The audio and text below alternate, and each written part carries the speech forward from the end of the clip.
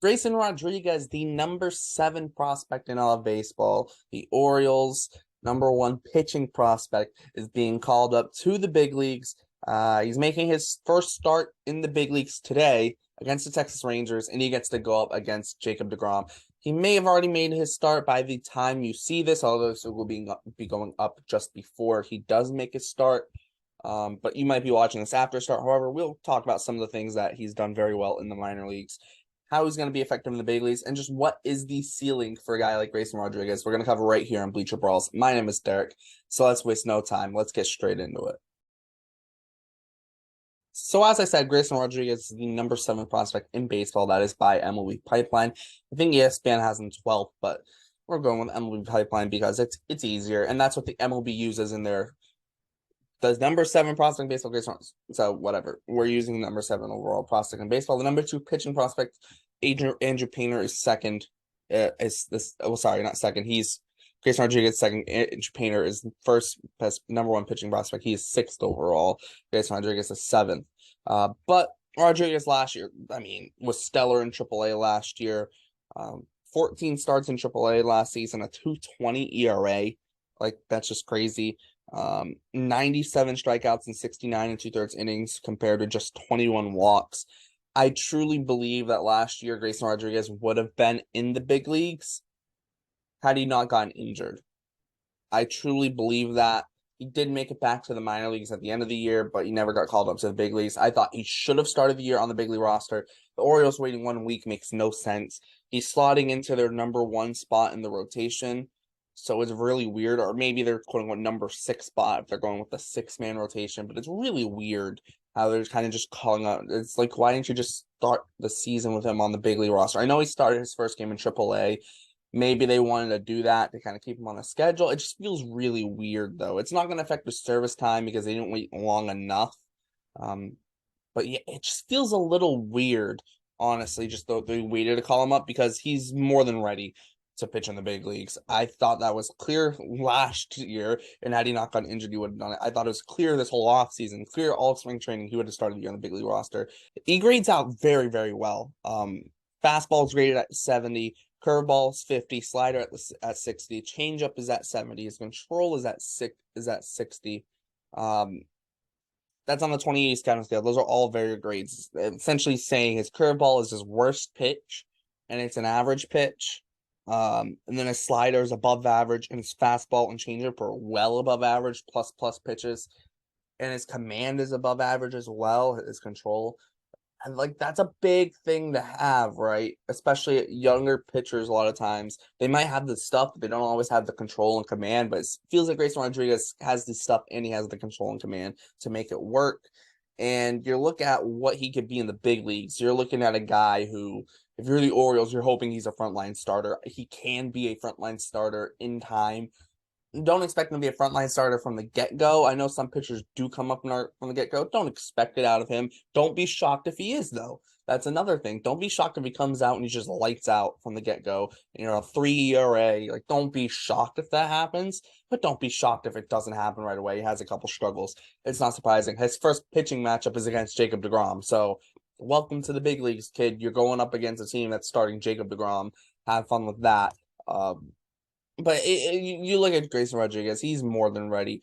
This is a thing he was really ready last year. It was just more of a fact that he got injured, and then for whatever reason he didn't start the season in the big leagues. Do I know why? No, I have no clue why. I don't know why.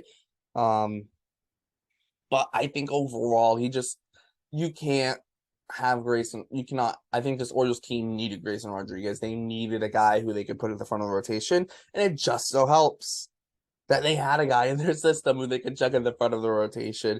It just made too much sense for this Orioles team. He fits the team. He fits what the team needs because they do need that frontline starter, and it is kind of crazy because last year did a prospect pipeline on Grayson Rodriguez in July of last year. And at that time, like it was just like, okay, when's he gonna get the call up to the big leagues? Because it's like like we knew Grayson Rodriguez was really good last year. He was gonna be big league ready soon. Obviously, an injury didn't help, but the fact that he's getting called up now, an Orioles team that was prove that they could be in playoff contention last year. And now they're adding a guy who could be their best pitcher from the jump to their team, and a guy who's young and is only going to get better with the rest of their young core. The Orioles are building something that could be really, really, really good for the next 6, 7, 8 years with all the young talent they have, all the young talent they're bringing up through the minors, all the young talent they have in the minors. The Orioles have a very, very, very, very, very bright future ahead of them. And Grayson Rodriguez is one of those guys where he's a can't miss prospect, and the Orioles it feels like the Orioles have a gazillion of them. Adley Rutschman was the number one prospect in baseball. Gunnar Henderson currently is the number one prospect in baseball. Grayson Rodriguez is the number 2 pitching prospect in baseball. He's basic. It's almost like he's tied for number 1. Him and Andrew Payne are like neck and neck with each other. So you look at those guys and you look at those, even those three, they drafted Jackson Holiday with the number 1 pick, right? Like the Orioles, they've got a pipeline of guys coming through, and you start looking and you go, okay, the Orioles are building something, and with Adley Rutschman behind the plate, and now you have Grayson Rodriguez as hopefully as your ace for the long term, and all the talent that the Orioles have, they should have a very good team for a very long time. If all the pieces fall into the right places. Obviously, you can never predict what happens down the road, but this is an Orioles team that could be set to be very successful in the 2020s from here on out. And these are the pieces, the guys like Grayson Rodriguez, they got guys like Adley Rutschman, Gunnar Henderson. Those are the guys who are going to carry them to that success, and them calling guys up, bringing up a Grayson Rodriguez now, I think is like, although I think they should have had him on the opening day roster. I understand maybe they knew he already was their best pitcher and they didn't want to start on opening day, which is fair, I guess.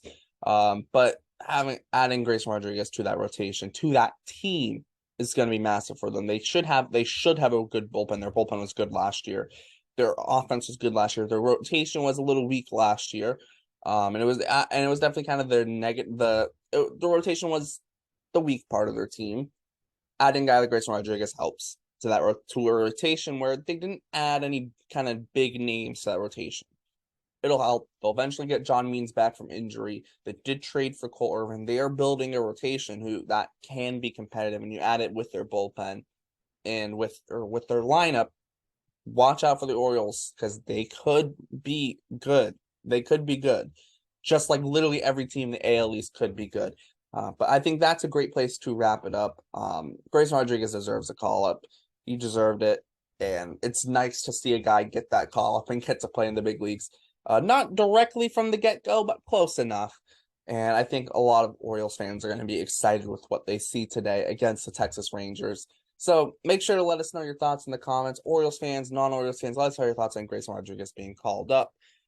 Make sure to like, subscribe, hit the notification bell so you get notified whenever we post. Check out all our Bleacher Brawls links in the description, the Bleacher Brawls website, podcast, Instagram, and Twitter, plus all the crew's Twitters.